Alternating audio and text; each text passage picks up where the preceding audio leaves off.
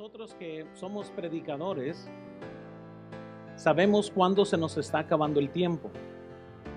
Y cuando se nos está acabando el tiempo, tenemos varias opciones. O continuamos y terminamos bien noche, o resumimos lo que queremos decir, o cortamos a la mitad. Y como predicador, pues uno tiene que comenzar a ver qué es lo que va a hacer. Y creo que el apóstol Pablo, quien yo creo que es el autor de Hebreos, creo que él se sentía como que ya se le estaba acabando el tiempo. Comienza a meternos en el mundo de los héroes de la fe. Comienza a describir lo que cada uno estaba haciendo. Y de repente llegamos del versículo 34 hasta el fin del capítulo. Resume todo lo que quería decir. Incluso resume, nomás para que vean, por ejemplo, versículo 32 nos dice: ¿y qué más digo? Porque el tiempo me faltaría contando de Gedeón, de Barak, de Sansón, de Jefté, de David. Y nota lo que dice al final, dice, así como Samuel y de los profetas, ya ni los mencionó por nombre. Como tratando de resumir lo que quería dar a entender y ponerlos todos juntos. Y en otras palabras, él está diciendo, ¿sabes qué? Se me está acabando el tiempo y pues nomás les digo rápidamente. Estos personajes. En el versículo 32 menciona 4 hombres del periodo de los jueces, que esos los 4 hombres que estaremos analizando esta noche. David y Samuel, pues los conocemos muy bien dentro de la Biblia. Aún los profetas a los que se aludió. Pero la Biblia menciona a estos 4 hombres, Gedeón, Barak, Sansón y Jefté. Y al estudiar la vida de ellos hoy, nos vamos a dar cuenta de muchas cosas, de que así como Dios los usó a ellos, también Dios nos puede usar a nosotros en el año 2025. Ciertamente podemos entender a los Davids y a los Samueles, quizás porque son muy prominentes en la Biblia, pero de los otros, al estudiar la historia de ellos, nos van a dejar un poco, quizás tratando de conectar los puntos de las vidas de ellos para ver qué tiene que ver con nuestras vidas. ¿Cómo es que los escogió Dios? ¿Y cómo es que escogió Pablo para escribirlos aquí en Hebreos 11? Nombra a estos 4 hombres y lo que sí sabemos de ellos en el periodo de jueces, vean por favor en sus notas, por ejemplo, sabemos que Gedeón derrotó a los medianitas. Vemos que Barak derrotó a los cananeos. Sansón derrotó a los filisteos. Y Jefté derrotó a los amonitas. Más o menos lo que cada uno hizo dentro del libro de Jueces. Estos 4 hombres, vean por favor, son mencionados solamente aquí en el Nuevo Testamento. Ese hecho debería de hacernos quizás poner mucha atención. En toda la Biblia es el único lugar que ellos son mencionados. También debemos saber que cada uno de estos 4 hombres tenían defectos de carácter significativos. Creo que esa es la bendición de mi punto de vista, porque gracias a Dios, que Dios es realista, Él pone lo que es, no nos hace sentir que tenemos que ser perfectos o que de una forma es inalcanzable el ser usados por Dios, porque cuando vemos a las personas que Dios usa, veremos que hay dobleces, hay incongruencias, hay cosas absurdas, hay cosas hasta molestosas que vamos a ver el día de hoy. Y a pesar de esas dificultades, Dios aún decide usarlos. Hay una anécdota que siempre decíamos cuando estamos estudiando y siempre hacíamos la pregunta de doble espada. ¿Quién es el hombre que mientras mentía tenía el poder de Dios? Y el día que dijo su primer verdad, Dios se apartó de él, pues es Sansón. Y qué curioso, ¿verdad? Porque aún la historia de Sansón muchas veces no cuadra con nuestra forma de pensar de cómo es que Dios debe de usar a la gente.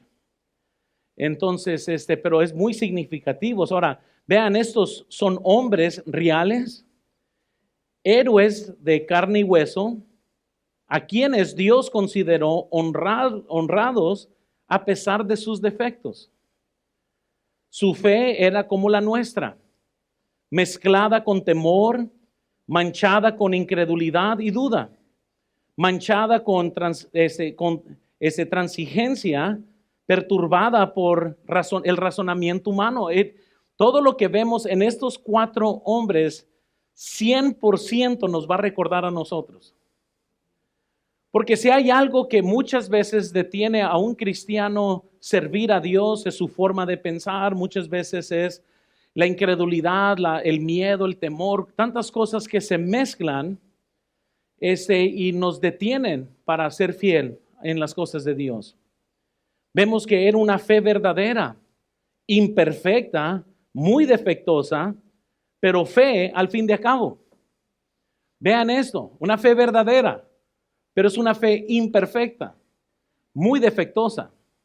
Sin embargo, al fin de cabo fue fe. Y Dios sabía todas sus faltas, pero de todas maneras honró su fe.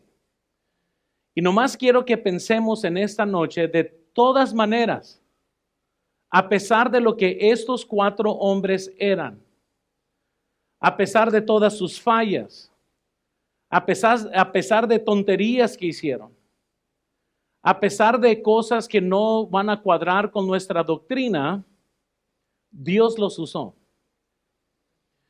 Y vamos a llegar a la conclusión, igual cuando estudiamos sobre la vida de Tamar, así como cuando estudiamos de Ruth y de Rahab y de Betsabé, al final de cuentas, si Dios hoy no te está usando, no es porque Dios no quiere, es porque usted no quiere. Porque Dios quiere usarnos a todos, Dios quiere. Y muchas veces hay cristianos que se autoderrotan y viven en una vida de miseria y lástima propia, siempre en sus mentes repitiendo la ofensa, siempre en sus mentes repitiendo el defecto, lo que no son.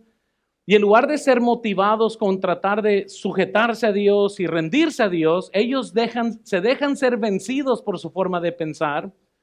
Y dicen, pues ya ni modo, pues he pecado en esto, he pecado en otro, pues ni modo, Dios ya no quiere nada que ver conmigo, y se meten más al mundo. Porque los destruye no tanto el deseo de Dios, los destruye su forma de pensar. Pero a pesar de que Dios sabía todas sus faltas, Él honró la fe de ellos a pesar de. Entonces, nomás quiero que tengan en mente de todas maneras, esa frase de todas maneras, porque al fin de este mensaje lo vamos a atar perfectamente a nuestras vidas. Así que estudiemos estos 4 hombres. ¿Por qué debemos de estudiarlos? ¿Por qué son mencionados en Hebreos capítulo 11? Estudiamos primero, número 1, Gedeón era miedoso. Miedoso. Amén. Y yo sé que en cierta forma todos pensamos que somos grandes valientes hasta que enfrentamos un peligro. Y cuando enfrentamos el peligro es cuando verdaderamente te das cuenta que no eres tan heroico como pensabas, no eres tan bravo como pensabas, tan salsa, ¿verdad? Y cuando ahora sí un peligro se muestra, ahora sí muchos, no, sabes que no. Y siempre me fascina, ¿verdad? La historia de David y Goliat, la razón que me fascina esta historia es porque todos los hombres del ejército, ellos se consideraban valientes porque iban a la guerra. Y eran todos valientes hasta que vieron a Goliat. Y a lo mejor si todos lo hubieran entrado, a lo mejor sí lo hubieran entrado, pero Goliat desafió de otra forma. No, ese pleito va a ser 1-1. Todos dijeron, no, hombre. Le entramos entre todos, pero 1-1. Yo pienso que no, yo pienso que mejor para otro tiempo, en otro día. Y por 40 días estaba Goliat desafiando a los hombres valientes de Israel y nadie le entraba. Gedeón era un miedoso. Cuando nos vamos 3000 años atrás, en el tiempo de los jueces, un día un ángel le aparece a Gedeón. En Jueces 6:12, vean en sus notas, y él le dice, y el ángel de Jehová le apareció y le dijo, Jehová está contigo, varón esforzado y valiente. Esta sorprendente palabra que el ángel le dio no solo sorprendió a Gedeón, pero nos sorprende a nosotros. Porque la Biblia dice claramente que Gedeón se estaba escondiendo de los medianitas. Él estaba muy escondido, él estaba sumamente mortificado, y cuando estudiamos la historia, una vez más, Dios está tratando con Israel porque ellos se apartaron de Dios. Deja que los medianitas lleguen y tomen control, y lo que los medianitas estaban haciendo, saqueaban toda la tierra cuando esperaban que tuvieran la cosecha, luego llegaban, les quitaban toda la cosecha, los tenían atormentados. Entonces, un día que Gedeón está dando el trigo, de repente aparece este ángel y le dice: hombre esforzado y valiente. Qué curioso, porque él se estaba escondiendo. Y yo pienso que aún estas palabras ni Gedeón mismo la creyó. Es como si alguien llegara conmigo y me dijera: hola, pastor delgado y fuerte. Fuerte a lo mejor se la creo, pero delgado estaría pensando, a ver, ¿a quién le estás hablando? Y el ángel lo estaba tratando de motivar, y para hacer la historia larga corta, ya las cosas, él se somete al mando de Dios y pues ya está muy listo y todo está listo excepto Gedeón. Cuando ya es tiempo de entrarle a la guerra y ya salir, antes de salir comienza a dudar y comienza a tener miedo otra vez, y le dice a Dios: ¿sabes qué? Pues mira, voy a sacar un vellón y mójalo, y eso va a ser una señal, y lo moja. Y no, ahora que esté seco, perdón, al revés. Y comienza entonces a cuestionar a Dios. Sacó el vellón y pidió que Dios le diera una señal, ahora sí, para que ya no existiera duda. Esto lo pueden estudiar en Jueces capítulo 6, versículo 36 al 40. Y Gedeón estaba como: ahora sí, solo entonces, ahora sí, finalmente le voy a entrar, pero nomás confírmame. Tenía miedo. Y hay muchos sentimientos encontrados en cuanto al vellón. Yo entiendo el querer tener una señal que Dios está mandando, pero ¿saben una cosa? Hay muchos como Gedeón que ya sabes lo que Dios quiere que tú hagas, pero no lo quieres hacer. No es un asunto de que Dios te confirme, es un asunto con rebelión de su parte. Incluso quiero que mediten en esto. No era pecado pedirle a Dios un vellón, pero era una señal de su fe débil, porque ya sabía lo que Dios quería que hiciera. Ahora, nosotros no tenemos los beneficios aquí del ángel de Jehová que se aparezca y nos dé órdenes directas. ¿Estamos de acuerdo? Pero no era como que Gedeón estaba: señores, soy un poco confuso sobre lo que dijo el ángel, lo que dijo tu ángel. Él estaba muy, muy acertado, pero sus sentimientos estaban encontrados. Y comenzó a dudar y tira el vellón y ya les digo esto, vean esto: si haces de eso un hábito en tu vida, es una señal de fe débil en tu vida. Y hay muchos cristianos hoy en día tirando vellones innecesarios. Señor, si es tu voluntad que yo perdone a mi hermano en Cristo, dame una señal. Y no necesitas señal. Ahí está muy claro en Efesios 4. Amén. Ay, Señor, aquí está mi tío, es incrédulo. Dame una señal si quieres que si yo le testifico. No necesitas señal. Y hay muchos cristianos innecesarios porque ya conocen a Dios. Lo que pasa es que le tienen miedo y se meten en una esquina y ellos mismos se atormentan, y nada es suficiente para confirmar la voluntad de Dios en sus vidas. Nada es suficiente. Y al final de cuentas, pues se somete a Dios, se somete a Dios. Y él fue y hizo algo increíble. Sale a pelear contra un ejército que la Biblia describe como langostas. Eran tanta gente.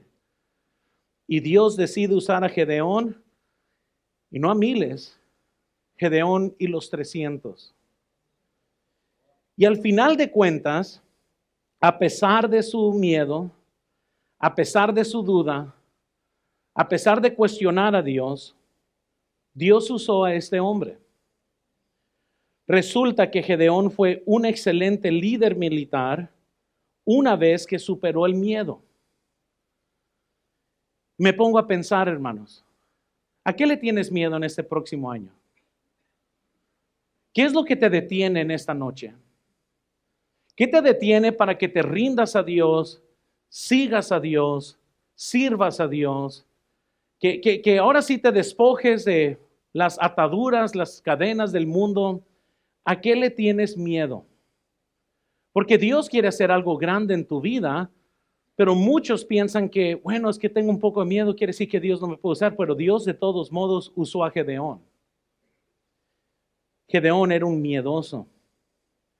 Noten segundo, Barak era un tímido. Ahora iba a poner mandilón, pero quise ser más respetuoso y cortés, amén. Pero es lo que pasó aquí, versículo 32, si ven el versículo 32 de Hebreos, dice, ¿y qué más digo? Porque el tiempo me faltaría contando de Gedeón, de Barak.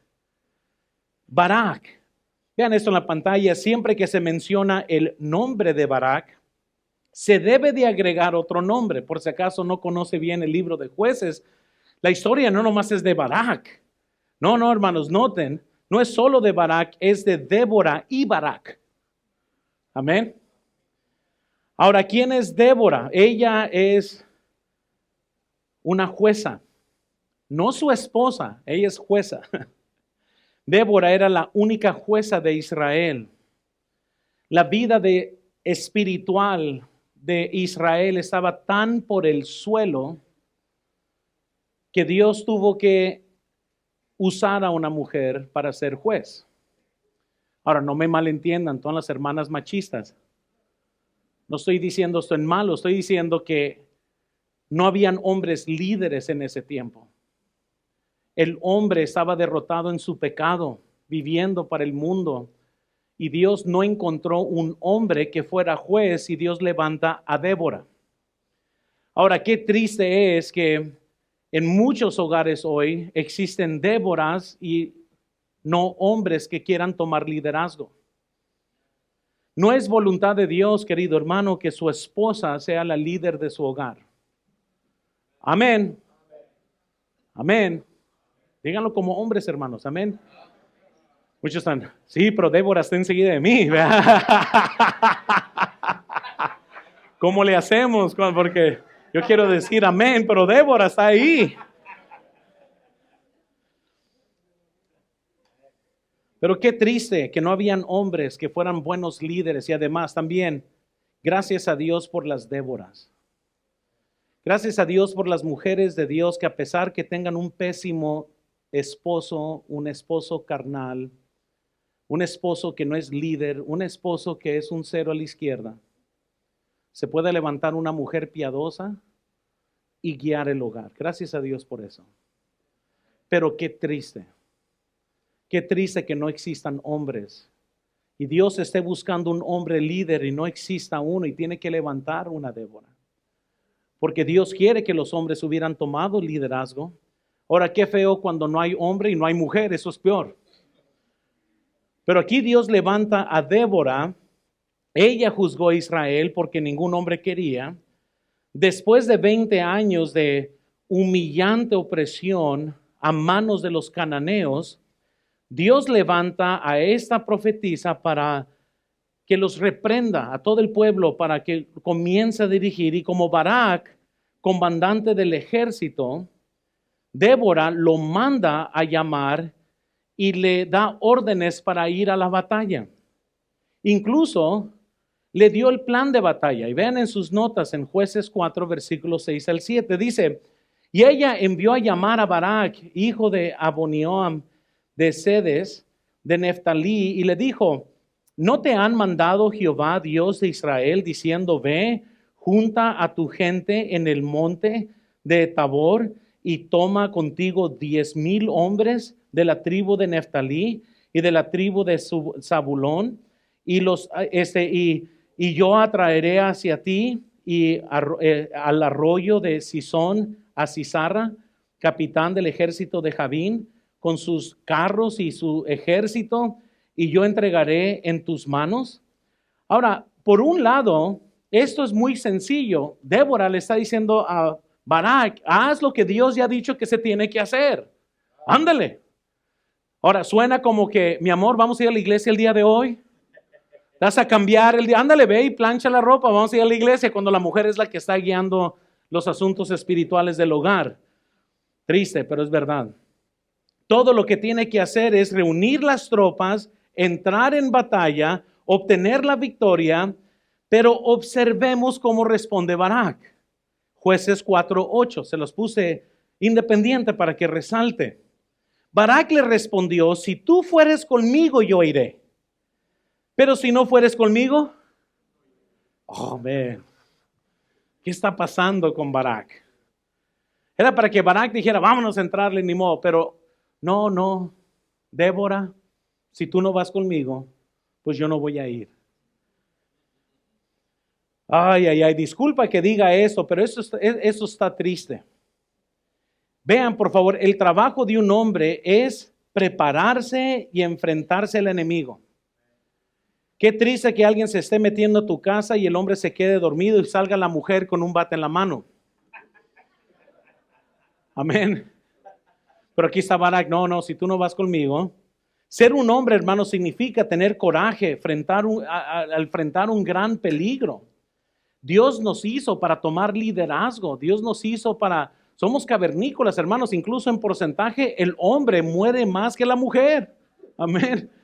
Estadísticamente hablando, el hombre es más propenso a morir en un asalto que una mujer. ¿Por qué? Porque la mujer, sacan un cuchillo, la mujer, ¡ah!, y tira la bolsa y se va corriendo. El hombre no, saca, ¿qué? Vas a agarrar mi billetera, vamos a ver qué pasa, y ahí salen muertos, ¿verdad? Pero Barak, quiero que vean esto, hermanos, ni siquiera irá a la batalla a menos que Débora lo acompañe. Y si usted piensa que a lo mejor estoy siendo muy pesado con Barak, quiero que vean cómo Débora responde a esto. En Jueces 4:9, la Biblia nos dice, ella dijo, iré contigo, mas no será tuya la gloria de la jornada que emprendes, porque en mano de ¿qué? Vencerá Jehová a Sisara. Y levantándose Débora, fue con Barak a Cedes. Hermanos, qué triste que una mujer sea más valiente que un hombre. Todavía Débora le repugnó cómo respondió Barak y dice, bueno, voy a ir contigo, pero cuando se cuente la historia de esta batalla, Barak, van a decir que una mujer trajo esta batalla, no un hombre. ¿Y sabes lo peor de esto? Porque todavía si mi esposa me estuviera diciendo algo así, ahora no eran esposo y esposa, y yo le dije, no, ahora yo voy, ahora por orgullo. Aunque muera, pero voy. Pero Barak dijo, está bien. Vámonos. No me importa que te den a ti todo el crédito. Vámonos. Entonces Débora también, ¿verdad? Estaba un poco ofendida con Barak. No me imagino a Chuck Norris decir, bueno, vámonos, ve a todos, ¿verdad? O Mario Almada, o no sé quién es el héroe suyo, ¿verdad? Pero no me imagino que un hombre diga, no, pues no a la batalla si no vas tú conmigo. Bueno, vas a la batalla, pero no te van a dar a ti la gloria de esa. No, pues bueno, está bien, mientras que tú vayas está bien. No lo puedo creer. En versículos posteriores, hermanos, descubrimos que los cananeos tenían algo que los israelitas carecían por completo. Ellos tenían carros de hierro.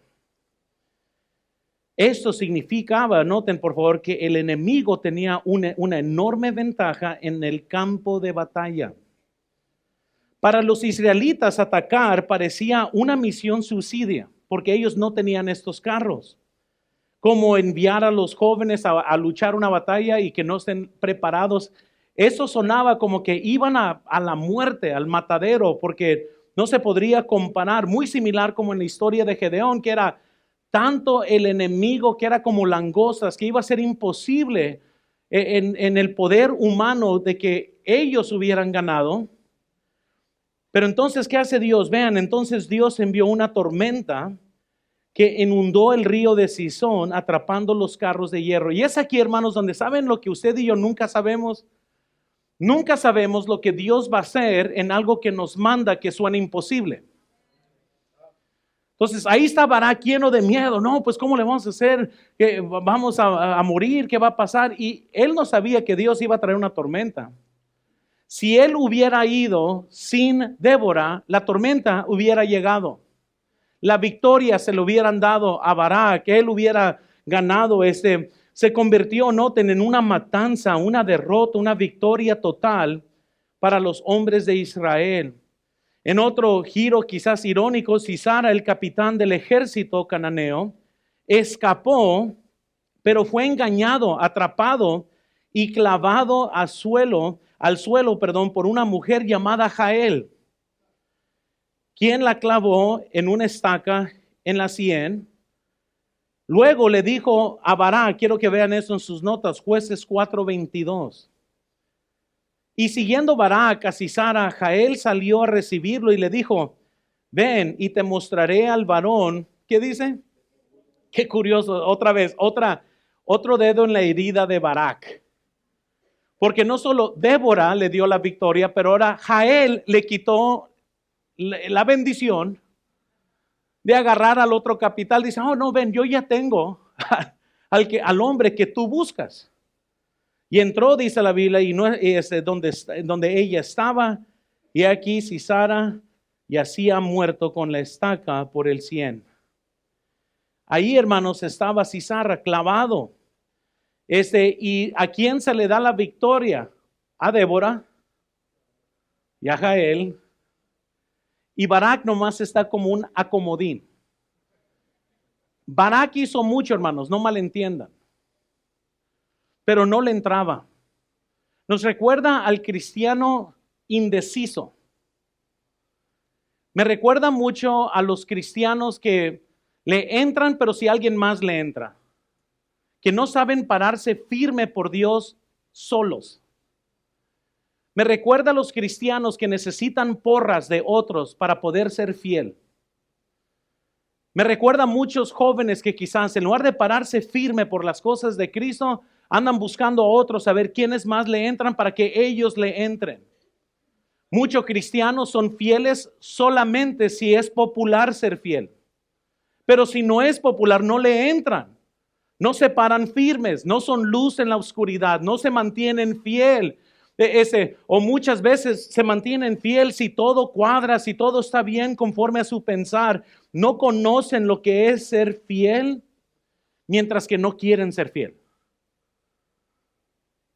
Barak era tímido. Gedeón era un miedoso. Vean número 3, por favor. Sansón estaba fuera de control. La Biblia nos dice en el versículo 32 de Hebreos, ¿y qué más digo? Porque el tiempo me faltaría contando de Gedeón y de Barak, de Sansón. La mayoría de nosotros conocemos los rasgos generales de la historia de Sansón.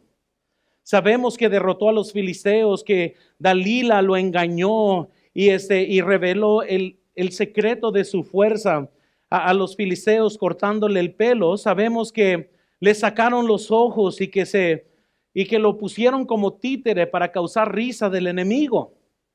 Pero Sansón es mucho más que esto. Vean, por favor, es el ídolo americano del Antiguo Testamento.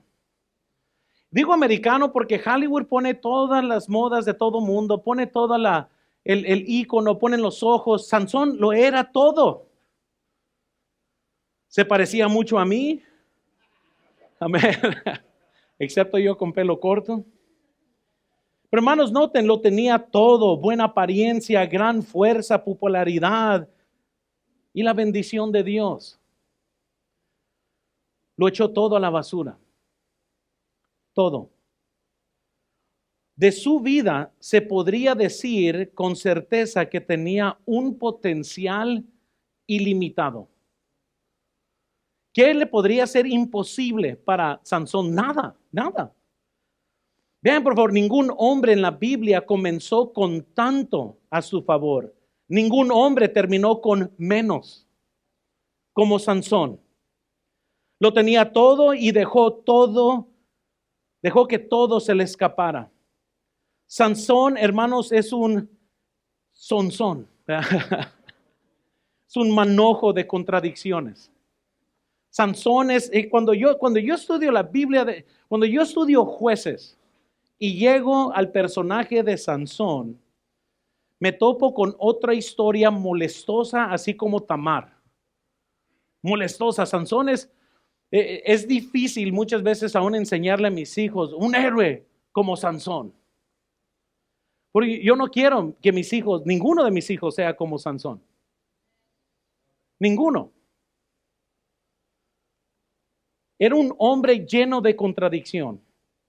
Noten, era un hombre de fe con debilidad por las mujeres. Era un hombre de oración, dado a ataques de ira incontrolables. Era un líder de Israel que codiciaba a las mujeres filisteas. Qué tremenda contradicción. Amén. Era un hombre de Dios que carecía de sentido común. Estaba capacitado por el Espíritu, pero a menudo vivía en la carne. ¿Cómo es esto? Y eso es lo difícil cuando tratamos de encajonar a Dios en una forma de pensar. Ahí yo me pierdo. Porque si me meto bien profundo, no tiene sentido. Un día lo comprenderé, un día cuando esté en el cielo, voy a decir, Señor, ahora sí entiendo cómo pudiste usar a alguien tan carnal, tan inmoral, tan sucio, tan mundano como Sansón. Ahorita no lo entiendo, pero un día lo voy a entender. Amén. Así en Sansón es un enigma, envuelto en un misterio dentro de otro enigma. En Hebreos 11 se lo menciona como un hombre de fe, pero se acostó con una ramera. Entonces, cuando nosotros estamos hablando de los héroes de la fe, cuando yo llego y me topo con Sansón es molestoso. Todavía se me hace más fácil tener como heroína a Rahab, la ramera, porque ella fue salva cuando creyó en las promesas de los espías. Pero Sansón nos recuerda a aquella persona que creció en un hogar cristiano, que desde su nacimiento Dios tenía un propósito para él y tiró todo eso a la basura. Y puso a un lado toda la vida judía y toda la estructura, los 10 mandamientos, todo lo que sus padres, y lo puso todo a un lado para vivir en la carne. Y a pesar de esa decisión, Dios seguía viniendo y lo seguía usando. Amén. Cuando leemos la historia de Sansón, ninguno de nosotros nos imaginamos a él como un héroe de la fe, pero es mencionado en Hebreos 11. Pero está lleno él de problemas. Su problema más básico fue que nunca aprendió a controlar sus emociones. Primero se llena de lujuria, luego se llena de ira. Luego se llena de lujuria otra vez y luego se llena de ira otra vez. Y luego se llena de lujuria y luego de ira otra vez cuando seguimos su patrón de vida. Está montado en una montaña emocional, como montaña rusa. Vean por favor, en un momento está adorando a Dios, al siguiente está coqueteando con las mujeres filisteas. En una ocasión lidera al ejército de Israel a una sorprendente victoria militar por el poder del Espíritu Santo. Más tarde se acuesta con una prostituta filistea. ¿Quién puede reconciliar esto? No mucho después de esto conoce a Dalila, quien lo engaña, le corta el pelo. Sansón, vean por favor, nunca aprendió a controlar sus emociones y por eso ella lo controló a él por completo. La Biblia dice en Proverbios 16:32, mejor es el que tarda en airarse que el fuerte, y el que se enseñorea de su espíritu que el que toma una ciudad. Qué curioso, este hombre con tanto potencial se pierde control, pierde todo. La vida inestable, su final es un desastre porque no aprendió a tener control propio. Nunca he visto a alguien que a lo mejor dice, wow, qué tremendo, qué buen cristiano. Y luego los escuchas y dices, no, no, hombre, están más carnales que nada. Toma nomás un momento de ira, un momento de pérdida de control y se pierde todo. Sansón recibió poder del Espíritu de Dios en ciertos momentos, pero nunca hubo un momento en su vida que vemos que él se consagra a Dios. Nunca, en lo largo de toda su historia. Tenía defectos profundos, vean eso en la pantalla, como la mayoría de nosotros. Se encuentra continuamente luchando con la ira y el deseo ilícito, como la mayoría de nosotros. A veces podía hacer cosas asombrosas para Dios, como la mayoría de nosotros. Podía darse la vuelta y cometer errores increíblemente tontos, ¿verdad? Como la mayoría de nosotros. Gedeón era un miedoso. Barak era un tímido. Sansón era uno que estaba fuera de control y vean cuarto. Jefté fue torpe. Jefté es como muchos también, que toman decisiones sin pensarla, sin meditarla. ¿Qué sabemos de Jefté? La Biblia dice en Hebreos 11:32. ¿Y qué más digo? Porque el tiempo me faltaría contando de Gedeón, de Barak, de Sansón, de Jefté. Jefté, vean por favor, el galadita era un guerrero poderoso. Su padre era galadita y su madre una prostituta. No pases por alto esta última frase, porque esto fue parte de su problema de vida. Su madre era una prostituta, la Biblia nos dice en Jueces. No fue un comienzo muy prometedor. Incluso cuando vemos en la Biblia algo que sí podemos admirar de Jefté es de que, pues imagínate, toda su familia lo rechaza, tiene un problema aquí y allá, todo el mundo le recrimina algo que estaba fuera de su control. Él no decidió quién iba a ser su mamá, él no pudo decidir quién era su papá. Él nació y como muchas veces, muchos de nosotros nacimos quizás en un hogar disfuncional, tóxico, pero nosotros no escogimos quiénes iban a ser nuestros padres. Pero muchas veces tantos hijos, tantos jóvenes sufren por el testimonio de los padres. En este caso, Jefté sufrió bastante.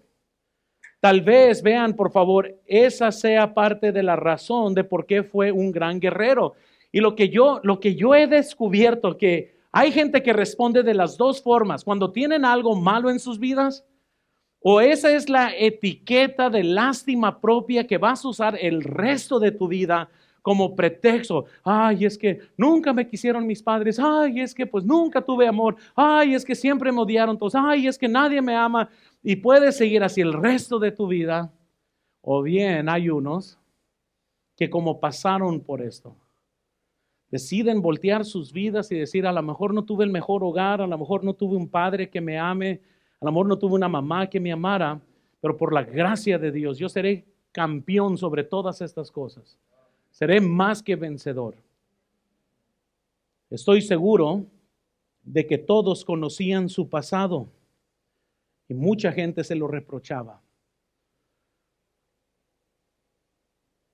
Mi tío, su mamá fue prostituta.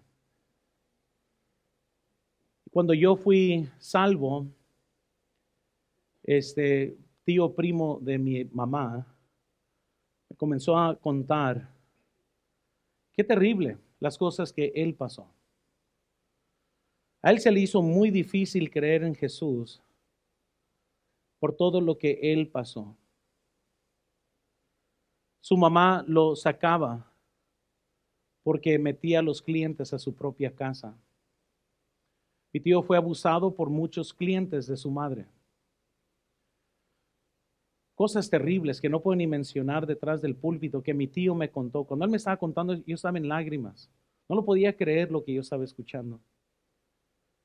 Me dice, Luis, así que ha sido muy difícil para que yo sirva a Dios y yo crea en Dios como tú dices creer, cuando tú no te imaginas el tipo de hogar y el tipo de dolor y todo lo que tuve que pasar. Y yo no sabía eso de la familia. Y yo pienso que si todos conociéramos todo y cada aspecto de los familiares nuestros, nos muriéramos.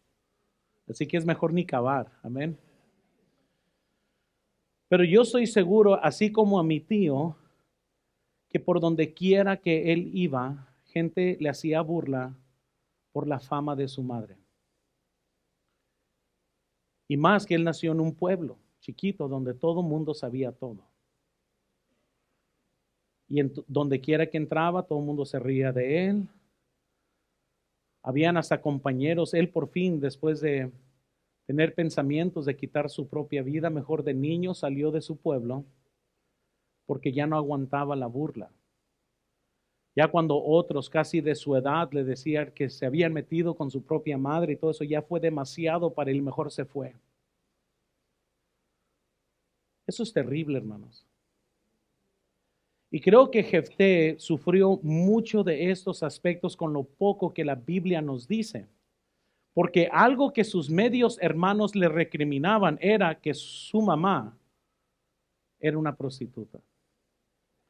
Gracias a Dios, hermanos, que nosotros no somos definidos por quiénes son nuestros padres. Somos definidos por quién es nuestro Padre Celestial. Y yo soy un hijo de Dios, yo soy un embajador de Jesucristo, yo soy luz, yo soy sal, yo soy un santo, yo soy pueblo peculiar, escogido para buenas obras. Hay muchas cosas que la Biblia dice que yo soy, porque yo no soy definido por nada más que lo que Dios dice de mí. Amén. Cuando creció, vean por favor, por su propia familia, se volvió contra él, así que huyó y reunió un grupo de matones. La Biblia dice que estos eran ociosos, ¿verdad? Y se unieron a su pandilla. Ese es Jefté, un hombre de mala familia que se convirtió en un líder de una pandilla en el Antiguo Testamento. Cuando ya vienen los enemigos y comienzan a destruir, los cananeos llegan y ahora sí saben con quién quieren ir, con el capo de la ciudad, Jefté. Y él estaba ahí, ¿verdad? Controlando todos los ociosos, a los que no tenían nada que hacer, todos los malhechores, pero van con él. Dice la Biblia en Jueces 11, versículo 30 al 31, que cuando ya él iba a ir a guerra, él hace una promesa.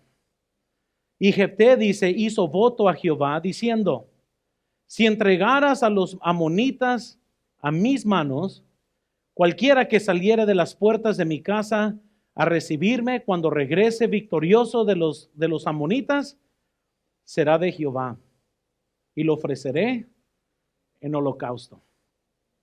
Ahora, no lo culpo porque Jefté no era un hombre espiritual, no era profeta, no era nada. Recuerden, él era hijo de una prostituta que se tuvo que ir porque fue rechazado, hace su pandilla de malhechores. Y ahora cuando lo piden que regresen, muchos tienen una dificultad con su voto porque lo están tratando de verlo como un santo. Este hombre era pagano de corazón.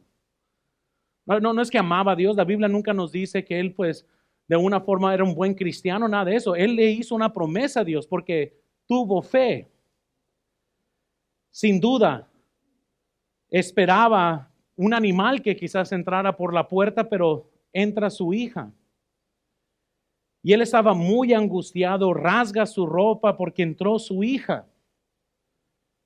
Y la Biblia dice que en Jueces 11:39, pasados los 2 meses, volvió su padre que hizo de ella conforme al voto que había hecho, y ella nunca conoció varón. Entonces Dios le da la victoria porque él hace una promesa y Jefté cumple. fueron lo que fuera lo que sea, y muchos debaten qué es qué prometió ahí. Muchos van a decir, aquellos que tienen mucha dificultad con la realidad cruel y cruda de la Biblia. No, pues era la virginidad lo que aquí. Y lo que ellos fallan en definir es que la palabra holocausto en el hebreo solamente tiene una definición. Y es un sacrificio de sangre. No hay otro significado. Y es molestoso cómo alguien va a matar como los paganos a su propia hija, pues él no era un hombre consagrado, como les estoy diciendo. No es como hijo de profeta, él hizo una promesa y la cumple, y dice la Biblia en Jueces 11:32 al 33, y fue Jefté hacia los hijos de Amón para pelear contra ellos, y Jehová los entregó en su mano, y desde Aroer hasta llegar a Minit, 20 ciudades, y hasta la vega de las viñas, los derrotó con muy grande estrago. Así fueron sometidos los amonitas por los hijos de Israel. El voto, hermanos, vean, era innecesario y peligroso, cualquiera que sea el voto. Yo la verdad no muriera por qué fue. A mí en realidad no pierdo la noche sobre este tema. Pero yo sí creo que mató a su hija. Pero no tenía que haber hecho este voto. Dios le iba a dar la victoria y punto. Pero él tomó una decisión sin pensar, sin orar, sin meditar, sin pedirle a Dios qué quiere que él haga. Así que aquí tenemos el caso difícil de todos. Vean esto. Un líder de una pandilla de Dios, hijo de una prostituta que hizo un voto precipitado, obtuvo una gran victoria. Aparentemente sacrificó a su propia hija y aparece en Hebreos capítulo 11. ¿Cómo les cuadra esto? Amén. Quiero terminar con estos pensamientos. ¿Qué podemos aprender que nos puede ayudar para el próximo año? Entonces, ¿qué debemos pensar de estos 4 héroes imperfectos? Gedeón, quiero que vean por favor, tenía miedo de responder al llamado de Dios. Barak, que era tan tímido que necesitaba a una mujer que le dijera qué hacer. Sansón, que no podía controlar sus emociones. Jefté, que hizo un voto tonto. Entonces, son hombres con serios defectos, pero llegaron a ser mencionados en la Biblia. Si hay lugar para ellos, hermanos, hay lugar para ti y para mí. En el fondo de estas personas eran hombres muy similares a todos nosotros, con luchas, con pleitos, con cosas internas. Si gente supiera las luchas que cada quien carga, pero también si supieras la gracia de Dios y cómo Él quiere operar en tu vida. ¿Por qué Dios usaría a estos hombres? ¿Por qué Dios usaría a estos hombres así? Dios usa personas, vean, imperfectas para demostrar su gracia, de modo que se gana la victoria, solo Él recibe la gloria. La Biblia dice en 2 de Corintios 4:7, noten, pero tenemos este tesoro en vasos de barro, para que la excelencia del poder sea de Dios. ¿Y qué dice? ¿Quieres saber de una forma tan sencilla de por qué Dios va a usar a los Sansones de esta vida, a los Baraks de esta vida, a los Jeftés de esta vida? ¿Por qué Dios va a usar a los Gedeones? Porque cuando se termina la historia, cuando vemos que 300 hombres derribaron todo un ejército, cuando vemos al hijo de una prostituta que a lo mejor todo el pueblo lo rechaza y ahora de repente todo el pueblo lo necesita. Cuando vemos quizás a alguien que no quería entrarle sin que le entrara Débora, un hombre, pero le entró al final. Cuando se acaba la historia, lo único que podemos decir es gloria a Dios. Yo no sé cuál es su pasado, yo no sé en realidad con qué estás luchando en este fin de año. Yo no sé qué es lo que te mantiene con la cara baja, yo no sé qué fracasos tienes este año, yo no sé qué has hecho, yo no sé con qué luchas. Yo lo único que sé es que todos somos barro, todos somos vasos de barro.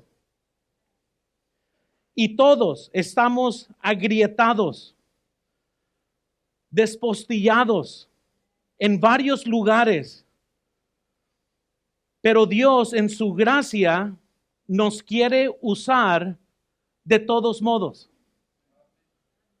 Así que no se le olvide esta palabra, les dije de todos modos.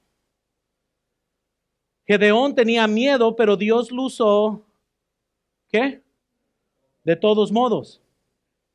Barak era un tímido, pero Dios lo usó de todos modos. Sansón hizo muchas cosas tontas, inmorales, sucias, pero Dios lo usó.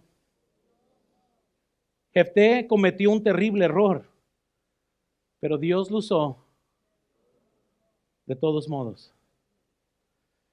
En definitiva, hermanos, creo que todo se reduce a esto: o creemos en la gracia redentora de Dios o no. Si creemos, no nos sorprenderá entonces que Dios incluya a estos hombres en la gran sala de los héroes de la fe. No nos sorprende, porque como Gedeón, hermanos, somos lentos muchas veces para responder al llamado de Dios. Hay muchos Gedeones que, a ver, Señor, ahora sí, ahí va, la 10ª vellón, y ahora sí. Y Dios te confirma, no, pues bueno, vamos para otro día. Ahora sí, Señor, voy a diezmar. No, son mentiras.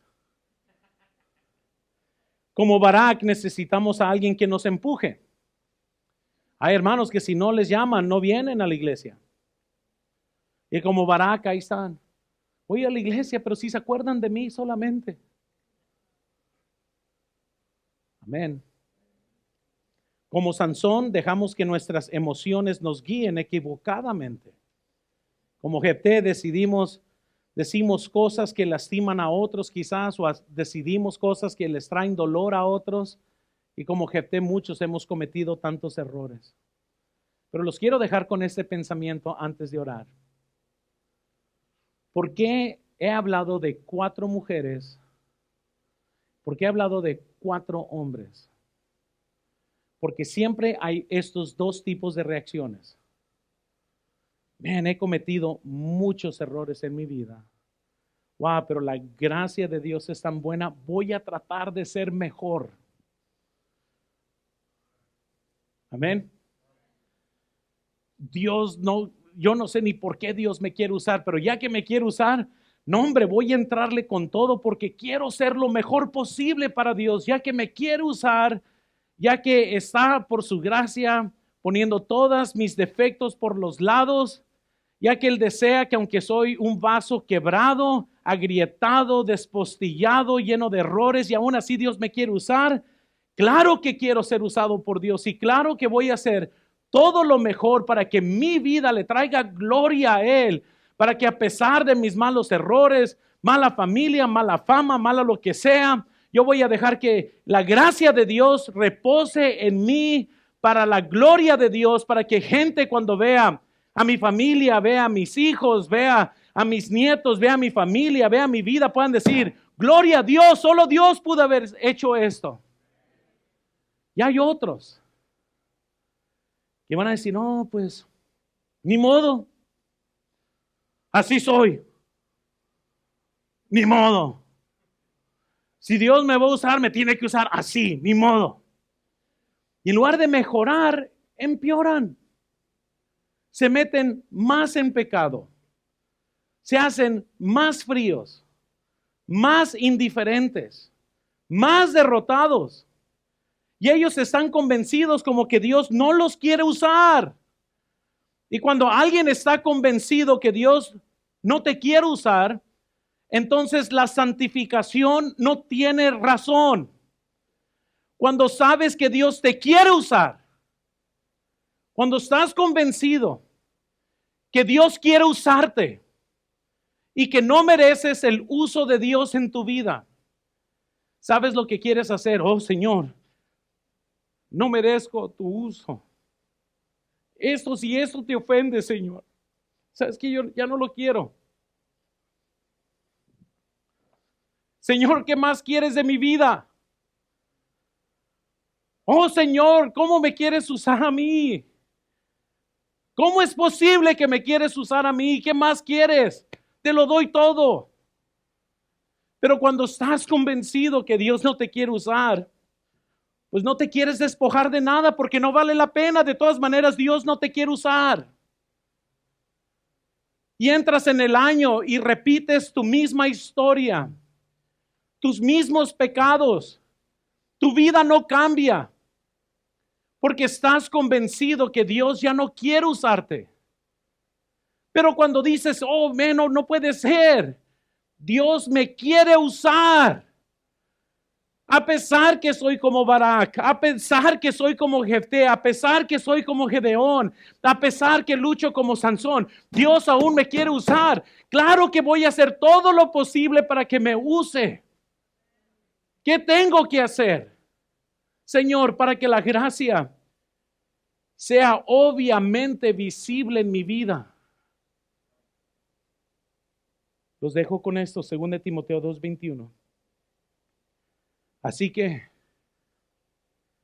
si alguno se limpia de estas cosas, será instrumento para honra, santificado, útil al Señor y dispuesto para toda, ¿qué dice? Entonces, déjales digo, hermanos, este año puede ser un año increíble para ti. Pero para de escuchar al diablo y comprende en esta noche. Yo no sé, les vuelvo a decir, yo no sé qué ha pasado en tu vida todo este año. Yo no sé, Dios sí sabe. Pero yo no sé. Lo que yo sí sé es que lo peor que puedas pensar en tu mente, hay alguien en la Biblia que lo supera y Dios los usó de todas maneras.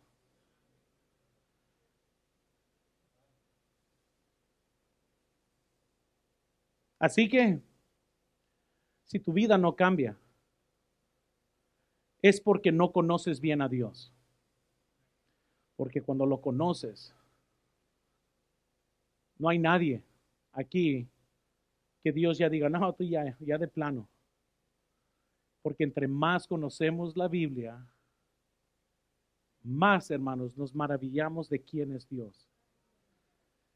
No se trata de, oye, ¿por qué tú no vas al cine? Oye, ¿por qué? No se trata de eso, se trata de que yo quiero estar lo más limpio posible.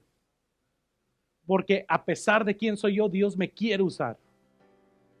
No se trata de ver qué tan mundana es la música que escuchas, es que cuando reconoces que Dios te quiere usar a pesar de quién eres, la música es, no quiero escuchar nada que deshonre a Dios, ya que esto está en mi control.